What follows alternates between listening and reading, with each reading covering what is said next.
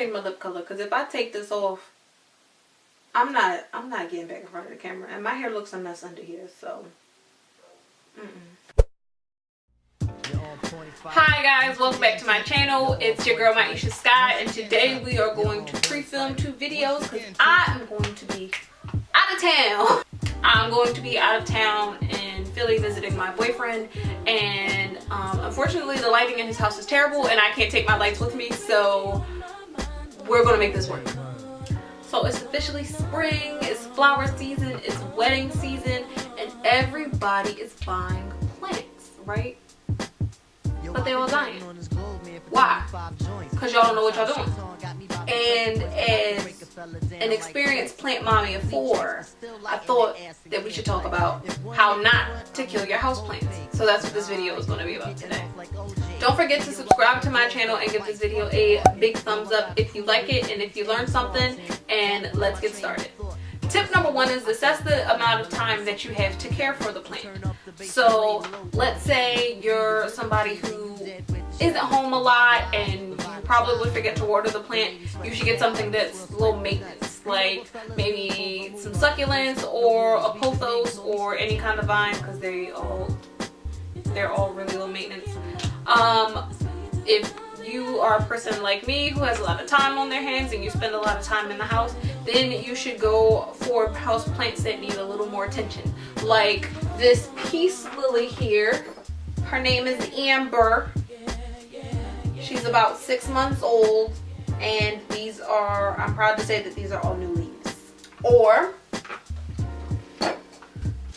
you could go for a calla lily. This is, I'm trying to get her flowers to face front. This is my homegirl Opal. I just got her Easter Sunday and I am in love. She sprouts really pretty bulb shaped flowers, if you guys can see.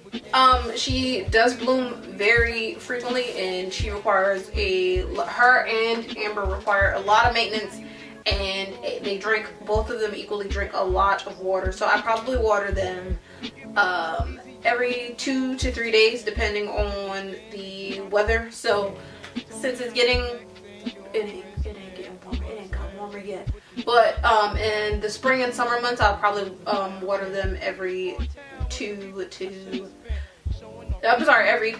days, and the winter months I'd probably water them every 3. We also have another plant baby. This is Pearl. Pearl is a pothos that I propagated from my other pothos, which is downstairs. She does not require a lot of light or a lot of water. I probably water her every 7 to 10 days. 2 is research the plant that you're buying. A lot of plants, especially if you're buying them from like big box or grocery stores or hardware stores, they come with these little, oh, this is dirty. They come with these little tags that don't really tell you too much about the plant. Like this one just says grow in fertile rich soil, and that doesn't tell you anything about the light care, how often to repot the plant, or anything like that. So the cards are nice, but you should definitely do research on your own. Google is 100% free, sis. My 3rd tip is to make sure your plant has proper drainage. All these are terracotta pots. I prefer terracotta because they're porous, so they absorb water, and they also tend to have, I don't want to like ruin my plant, but they have holes at the bottom, so whatever excess water that my plant can't take, it just drips out onto a saucer. So I love that. Most of the pretty pots do not have drainage. As far as I've known, every time I've seen a really pretty pot that I had to have, it did not have drainage, and it freaking sucks. If you do run across a pot that doesn't have drainage, what I tend to do is I run straight to Lowe's or Home Depot. I think Home Depot does it for you too, but I mainly go to Lowe's because that's what's closest to me.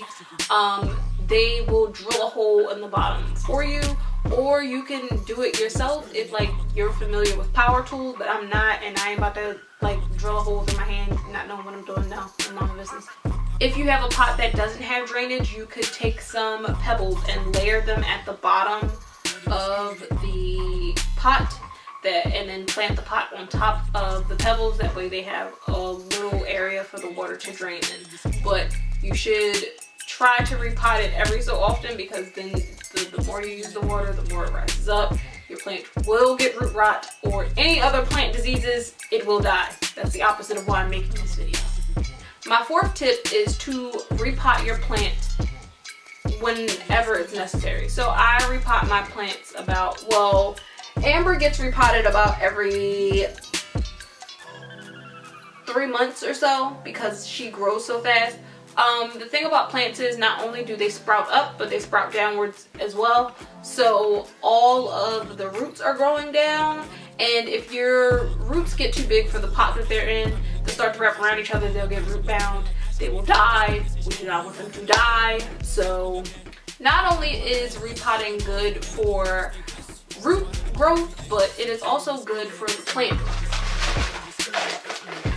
This is the potting mix that I use for my plants, but it has fertilizer in it, and it you know, feeds plants up to 6 months.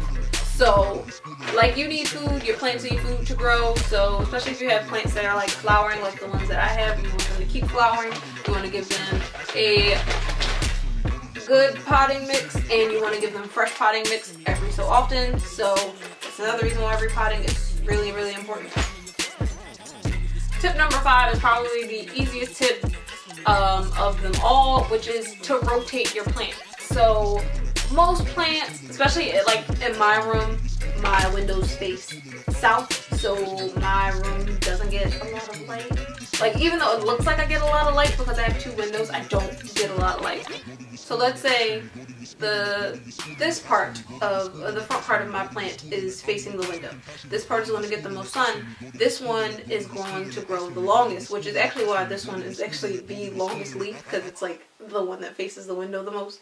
So this one is growing to go out the farthest. But if I just rotate it, then everyone gets equal sunlight. My 6th and final tip is to prune your plants. A lot of times stems die, and if you don't get rid of the one dead stem, it can spread to the other stems. So I try to prune as often as possible. I have not pruned my good friend Opal here yet, but Amber gets pruned about every 2 weeks, and obviously I've had no reason to prune this one yet because she's a new baby. And that is it for my plant video. Let me know, do you guys have any house plants or a garden down below in the comments? And don't forget to like this video, and don't forget to subscribe to my channel and share it with a family member or friend if you really, really liked it. And I will see you guys in my next upload. Bye. Had all the mad color tips. Breaking was my thing, I used to spin the back. I never thought I'd spin the wax tracks to make your hands clap. I could've went the other way, but no how. I got my tap on the back with the big that to a spray cap. Niggas used to doubt my clout, but now I turn around and shout my shit about town.